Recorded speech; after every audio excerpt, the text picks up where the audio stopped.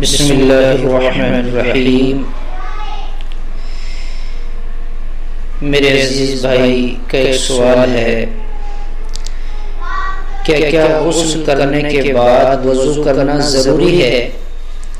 بعض حضرات یہ کہتے ہیں کہ غسل کرنے کے بعد وضو کرنا ضروری ہے، بعض حضرات یہ کہتے ہیں کہ غسل سے پہلے وضو ضروری ہے۔ بعض حضرات کا یہ کہنا ہے کہ اگر ٹخنے کھل گئے، گٹے کھل گئے اور گھٹنے بھی کھل گئے، یعنی سطر کھل گیا تو وضو ٹوٹ جاتا ہے۔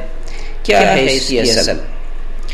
اس کی اصل یہ ہے کہ وضو میں 4 چیزیں فرض ہیں۔ یا ایھا الذین آمنوا اذا قمتم الی الصلاۃ فاغسلوا وجوہکم وایدیکم الی المرافق وامسحوا برؤوسکم وارجلکم الی الکعبین۔ یہ 4 چیزیں ہیں وضو میں فرض۔ نبی علیہ السلام کا سنت طریقہ تو یہ ہے کہ غسل کرنے سے پہلے وضو کر لیں، یہ سنت ہے۔ اگر ایسا نہ کیا اور اسی طرح ہم نے غسل کر لیا، وضو تو کیا نہیں، تو یہ 4 اعضاء دھل گئے، ہاتھ، چہرہ، سر اور پیر، یہ دھل گیا تو وضو آٹومیٹک ہو گیا۔ دوبارہ سے اثر نو وضو کرنا ضروری نہیں ہے۔